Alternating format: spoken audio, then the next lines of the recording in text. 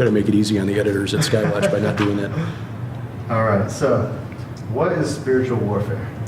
Spiritual warfare is really the engagement with the spirit realm, these principalities and powers that the Apostle Paul wrote about. I mean, he made it very clear in Ephesians chapter 6. That's the letter that he wrote to the church at Ephesus, which is in Turkey, where he said, we wrestle not against flesh and blood. His point is, we're not wrestling against or contending with human opponents, even though we may see people of a different political party or a different lifestyle choice or a different skin color as the enemy.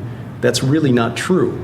The true enemy of mankind, of all mankind, whether we realize it or not, it's not, us humans one against another. It's really these principalities, powers, thrones, dominions, cosmic rulers of this present darkness.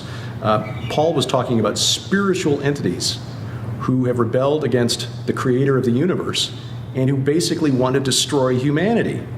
And they're doing it by getting us to fight with each other. So Paul was trying to tell us, hey, look, spiritual warfare, guys, that's what this is about. It's against these principalities and powers.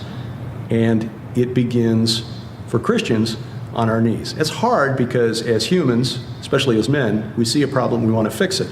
But we're operating in the natural realm, We've got our natural senses, we see a problem, we want to, and oftentimes that means fixing the person we disagree with.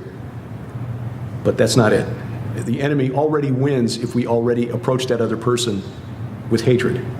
If we as Christians want to fulfill the one job Jesus gave us, which is to make disciples of all nations, we have to quit making ourselves a stumbling block between the people who don't know Jesus and him. All right. Well, you kind of answered the second question too, but maybe we can go a little bit deeper into it. What specifically are the principalities and powers that Paul speaks about? Are they? You said they're spirit beings. Now, are they? If you can just expand on that a little bit, maybe. The principalities and powers that Paul wrote about fall into a couple of different categories. I guess the easiest way to describe them would be fallen angels and demons. The difference between fallen angels and demons is a simple one. Fallen angels can manifest corporeally.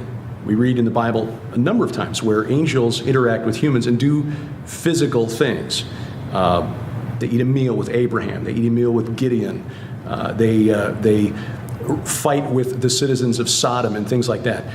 Angels can appear in physical form. They can actually do physical things too, because we read in Genesis chapter 6 about the angels who saw that the human women were fair and chose wives, or perhaps just took wives.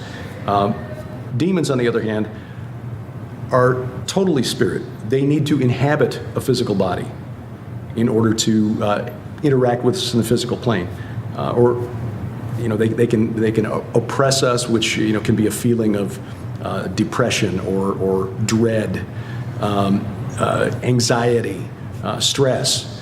In the worst form, most intense form, demonic possession is when they actually overwhelm and take over a human.